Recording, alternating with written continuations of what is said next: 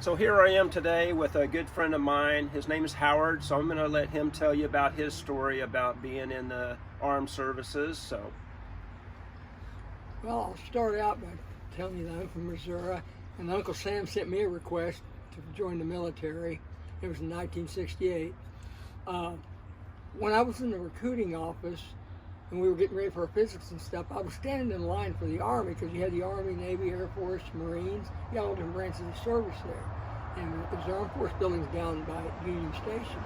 And I was standing in line for the Army because my dad had been in the Army as a World War II veteran, highly honored veteran in World War II. And I was standing in line for the Army because I thought I'd join what Dad joined. And so some of these recruiting agents come up and he started moving us around. He said, well, you 20 guys go over here and you go here. Well, I ended up in, I didn't know whether it was going to be Marines, Army, Air Force, or whatever I was going to get into. So I ended up in the Navy line and signed up, and realized later on that it was the Navy. So that's how I got recruited. So I ended up going to the Navy, and I was serving on the USS Constellation. And I was a pipe fitter and a damage control. We worked different types and shifts and stuff there, and I was in the mess hall for a while, so they just moved us around. But I remember when I got into the pipe fitting organization that there was a guy in there that didn't want to go to the main machine rooms where all the heat, like 200 degrees, and you couldn't handle the rails when you went down to go to the all the bilges and everything down where they pumped the water out. And so he said, I don't want that. He said, I don't want that job. He says, so when the officer said, well, you take it. So I got, that, and I had that for the length of time I was in the military. And we also had, we delivered, we're in Viet Nam, in Tonkin Gulf. I was in Vietnam, and we had to set the aircraft up and put bombs on the planes to bomb over in Vietnam, because we run flight ops 7 days a week, 24 hours a day, and we had to make sure that everything was, right, and we had watches and stuff that we participated in to make sure that everything would run smooth. And of course, this aircraft carrier held about 5,000 guys. And now, how many planes did it hold, or what type of planes were they? We had bombers, and they were probably 50 or 60 of them on there. We had helicopter also, and when we had these watches that we had to do, or usually at night, most of the bombing raids were done at night, but they were done during the day too. But we also dealt with Agent Orange, and because they had some of this, the aircraft that sprayed some of these Agent Orange areas over in Vietnam, and so we would come in contact with, with some of this chemical. So for the Agent Orange, was that like in canisters that you had to load onto the planes? It was something like, it was canisters that you would put in there, but usually it was all contained. So, I spent time in the Philippines too, besides Vietnam. But most of it I spent in Tonkin Gulf over there. I think I had 2 or 3 tours, and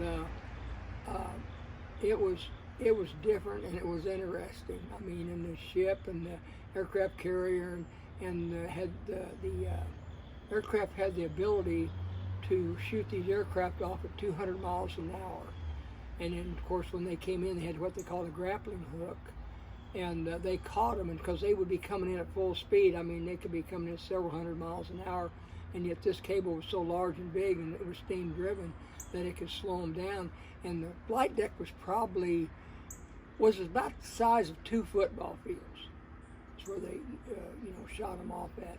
And they say they had the capability of shooting. If you could hook a harness up to a Cadillac, you could shoot it about a mile high in the air. That's how powerful this unit was. So you said it was steam driven. I mean, How did the steam get there? They were in big, I guess you'd call it tubes, or they're just real thick steel. I mean, they were like, probably,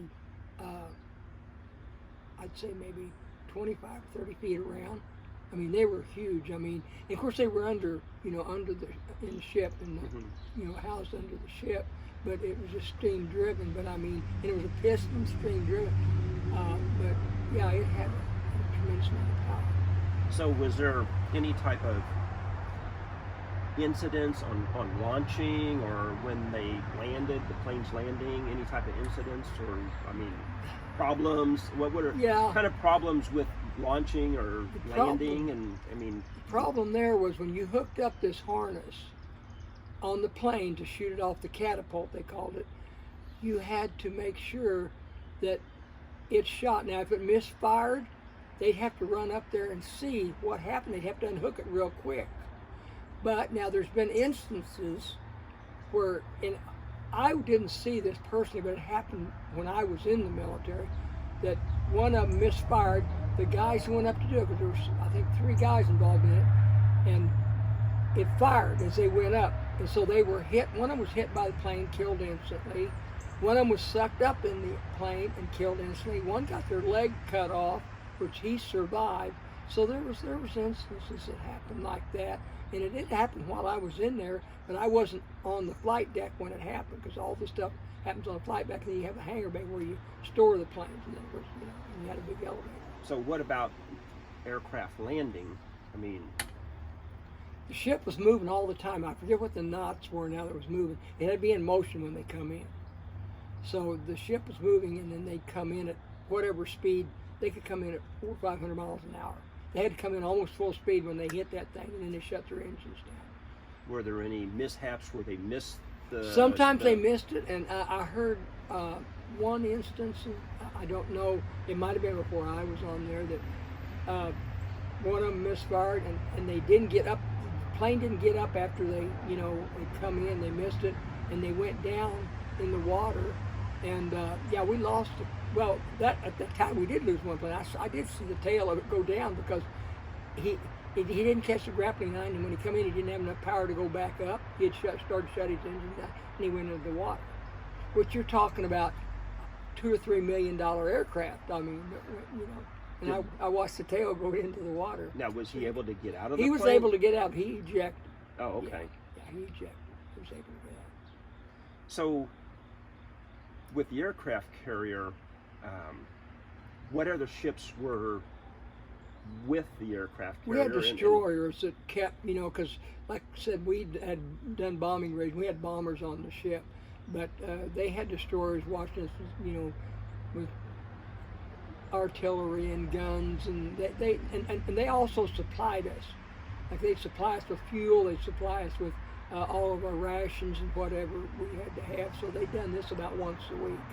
I mean, there were several of them. There wasn't just one. There were several destroyers that were, So where you were at, I mean, could you hear the aircraft taking off and landing? Yeah. I mean, the noise or the noise was tremendous. It was 24 hours a day, and I mean, when that catapult shot them planes off there, the ship went down sunk about 2 or 3 feet into the water. I mean, it was, and sound was just, I mean, it was like a bomb going off or something. I mean, it was just tremendously loud.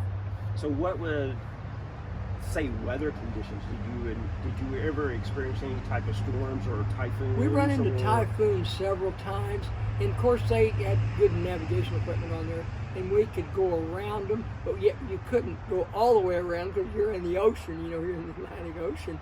So we went around, but we did have instances where you'd get seasick unless you really, didn't have anything problems with motion sickness. And I mean, you could be walking on the ship and you get ready to deliver something, on the ship, or take something somewhere, some kind of tool or something, and you could step down, you could put your foot out and the ship would come up and meet your foot. I mean, it's just like, I mean, it was odd. It was just, when you walked, it was just like, that ship would come up and go down, and it'd come up and it'd go down. It went up and down about a couple of feet, So when you joined into the Navy, what was your initial training boot camp experiences? Where was that at, or did you train on a ship before you went to the aircraft carrier? Or? Well, we had one in a training session, and boot camp was in San Diego, California, and we trained in different areas, and they had ships on the land. I mean, they were just, you know, kind of a modified replica, and we learned how to move around, and where the aft and the forward and the decks, and we learned how to, whatever thing was called, you know, like, you know, forward on the ship or back, and we learned all the, you know, bulkheads and stuff like that. We learned, you know, how to move on a ship, and they had certain numbers and items. You go to B17 or something, you know where that went, that, and, you know, it was B, you know, so that way we kind of learned how to do that, and we had training with military equipment, you know, like guns and stuff, you know, M16s and stuff like that. We trained with those, and we had target practice to see how good we were with guns, and we trained with gas masks, and when we went into some of these training sessions, and fire, and you know, they would light fires, and we'd be in these buildings, and we'd have to have gas masks and stuff too. So, you know, we had to learn to lay low in the buildings. And so we got basically all of our training in boot camp, which I think lasted about 8 weeks. So then were you actually from there deployed to the aircraft carrier? Then we were assigned different duties. We waited for our orders to come through, and I found out I was going on the USS Constellation. So they flew us from San Diego to Guam Island, and then from Guam we went into Vietnam. So did you ever have to do damage control at any time? I did some damage control, and you know, to fix things that were, you know, on the ship that were, you know, things to do with structural things. I mean, things that were structured, you know, that had to be fixed. And basically done a lot of the plumbing and what they call pipe fitting in the military.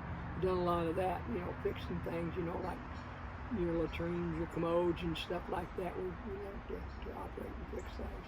So you had the bombing runs and stuff like that. Was there any, I guess, you know, search and rescue missions, or that the planes flew or the helicopters flew, or? There was, but I wasn't too much involved in them. I remember an incident that happened one time that a couple of guys fell overboard because they test those airplanes. They'll have these aircraft on there, and the aircraft are tremendously loud, you know, and you've got a shield they put up. Well, somehow one of the guys stepped over where the air was blowing out of the back of the aircraft, and he got thrown overboard. Well, when they get thrown overboard like that, they have to immediately go after him, because sharks follow that ship. I mean, you got all kinds of sharks, fishes, and stuff, because they throw food off what they call the fantail, and so you've got to immediately go down and rescue them. And you know, a couple of friends of mine were rescued, or one of them anyway, was rescued from being thrown overboard. And then there was a couple other guys, and one guy, before I came in there, got thrown overboard, and ended up, before they got him out, the shark had taken his leg off.